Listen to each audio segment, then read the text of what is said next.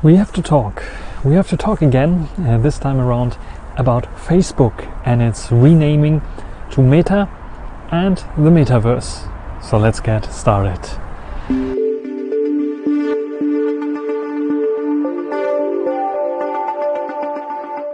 So you might have heard that Facebook renamed itself recently to Meta.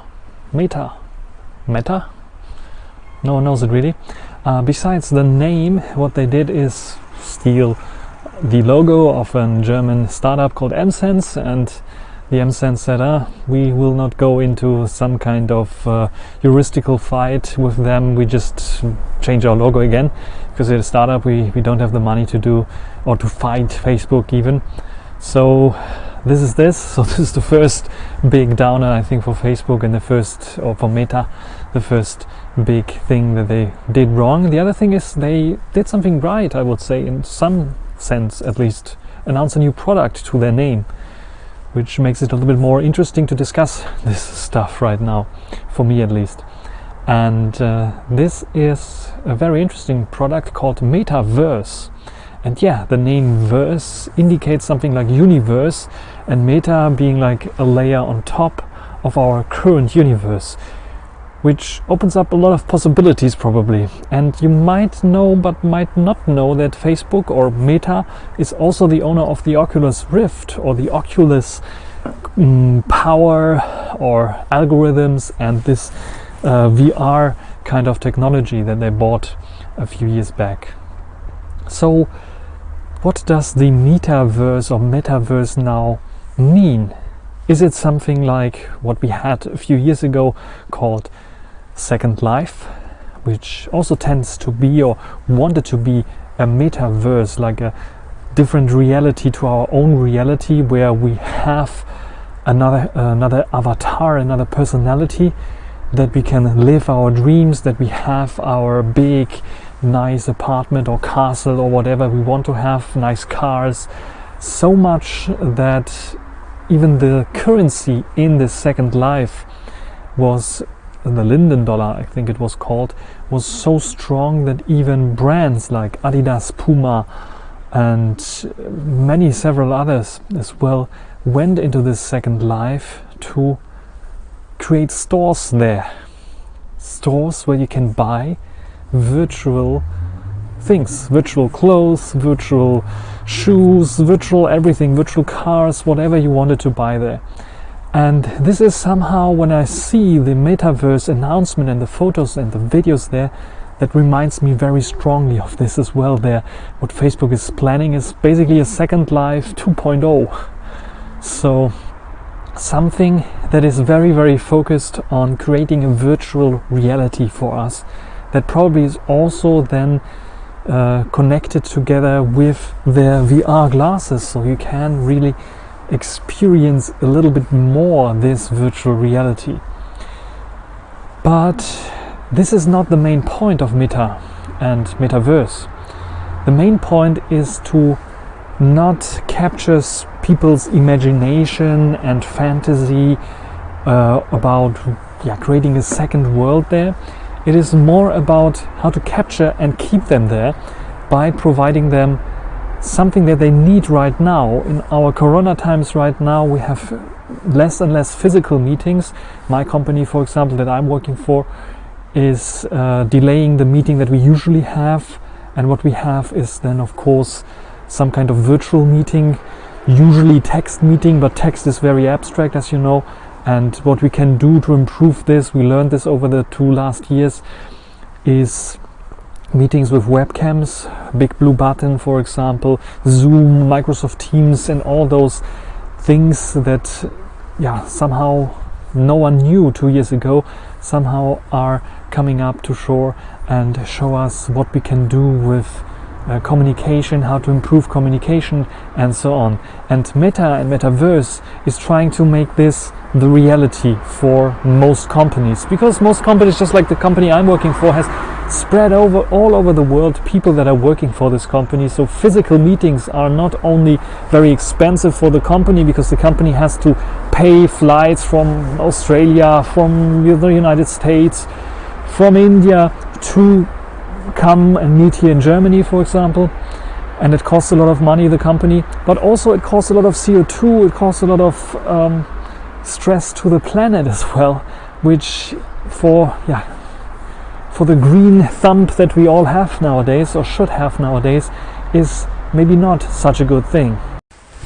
And then, of course, the other issue of physical meetings, they're very short and limited in a way. The people that come flying over lots and lots of hours from Australia to Germany, for example, they're tired. So one day at least they are not really productive, can do anything really productive.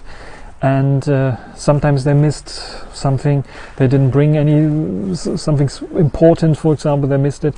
And this is resources are missing as well. Sometimes space is missing, and sometimes the location is not the best, or you don't have the possibility to do some outdoors activities that bond the company together, which are very, very important.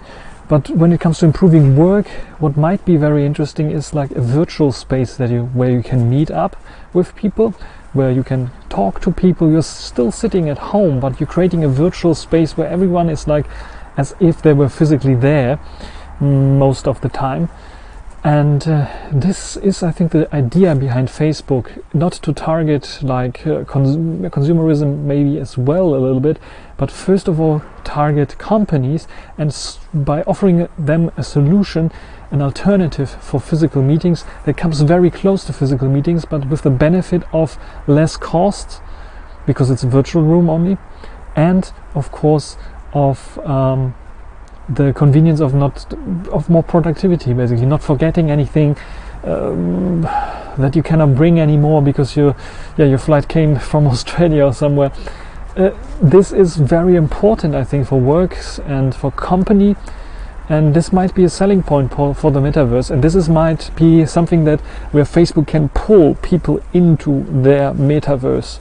And if they have them already in metaverse, then for someone who knows the metaverse already, then they know, okay, there's a solution XYZ for my programming code. I can buy it at this and this shop. So they stay at metaverse because they know the shop is there that offers such a code that I can easily buy and then integrate into my system, show my other work colleagues and so on.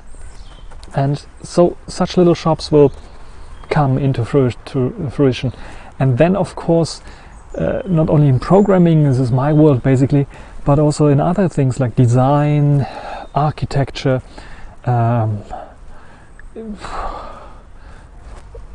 anything basically that you can imagine can be then put into the metaverse, because this metaverse thing is becoming the center of people's work life and work culture.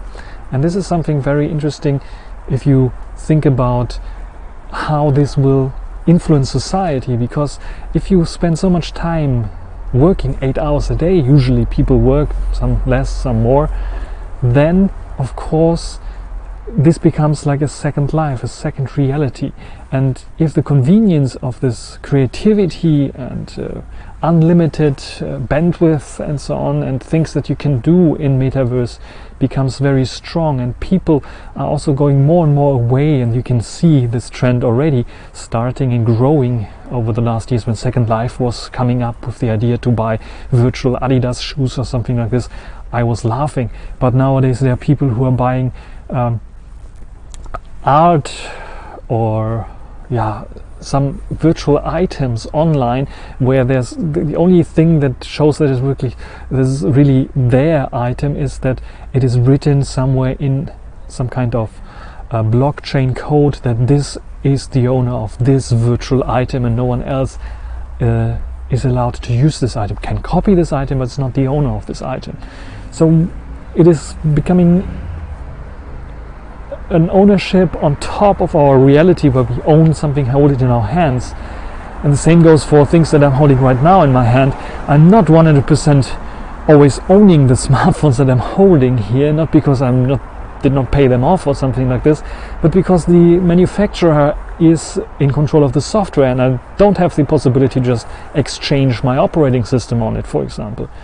So our shift of ownership is going strong, and with the shift of owning something that must or does not have to be something like a bike like this here, but can be a virtual bike or a virtual car, and people willing to pay for this virtual items is getting stronger and stronger. And with the metaverse this can even evaluate even more, so it can like grow even more in this in the thinking and in this world of metaverse. And this is something to think about it, because what does this mean when our life goes from this work-centric first? This is how they pull the people in, probably with Facebook Metaverse or Metaverse. But what will happen if our social life will be integrated into Metaverse, which will probably come more quick than we will can say instant messaging or SMS, because this is something that is like an extension, not even, I would say, like a reduction of what we have already. The work tools that are used for work, they can be reduced to something that can be used for social events as well, or they will be extended for social events as well, and people have their work profile and have their social media profile or this normal social profile, and more companies will come in, and your freedom, your experiences, if like it's not possible to go into cinema in the real world, you might go to the metaverse and meet your friends in the metaverse, and then you're watching the movie in a virtual cinema that you have to of course pay as well, because the movie is the same movie that would have shown in the normal cinema. So this is how they will pull, and this is how you can imagine how the world will look like in metaverse. But what are the side effects? What are the negative effects of this? So I can really imagine it could happen in one point. But have you ever seen the film or the movie WALL-E, where the little robot is cleaning up the earth, and then sometimes somehow he got into space, meet real humans, and what he figured out is that those humans are just sitting there eating and have robots doing all the work. There were other movies as well, Surgeon, I think it was called, where they have virtual avatars running around, and they were just sleeping in their beds, controlling those virtual avatars. And such thing could happen as well with the metaverse, where people disconnect from reality completely, because in metaverse they have their castle, they have the fame, they have the followers that they probably don't have in the real world. And how do we sleep? How do we eat? It's also such an interesting idea. For now I would say, okay, we have to stop the metaverse, we have to go out of the metaverse, go to the reality and eat but what influence has this metaverse life, this second life, then in our reality? Philosophical questions, I would say, and this is what I want you to answer maybe in the comment section, because it's a long talk already. What do you think about Facebook's metaverse? What are the advantages and disadvantages, and where should we put borders, clear borders, where we don't want it to influence our reality? Should we even put borders on it, or should we just not think about it, let it happen, and then when things went south we introduce some new rules and borders? That's a nice, interesting question. I'm more like for the preemptive way of doing things, like think about it before you do something and then do it, and not like do it first and then if it goes wrong just learn from it. So of course the process is always like both. You sometimes, even with all the thinking that you do, there might be something happening or coming up that is completely unique, that you didn't think about it, and then you have to react on it, have to learn on it, create new borders, create new laws, something to adjust how the system works. But write down in the comment section what you think about this metaverse and Facebook. What's wrong with Facebook and Meta and metaverse? Comment down below, and that's everything for this video. Hope you enjoyed it. Thank you for watching. Until the next time, bye.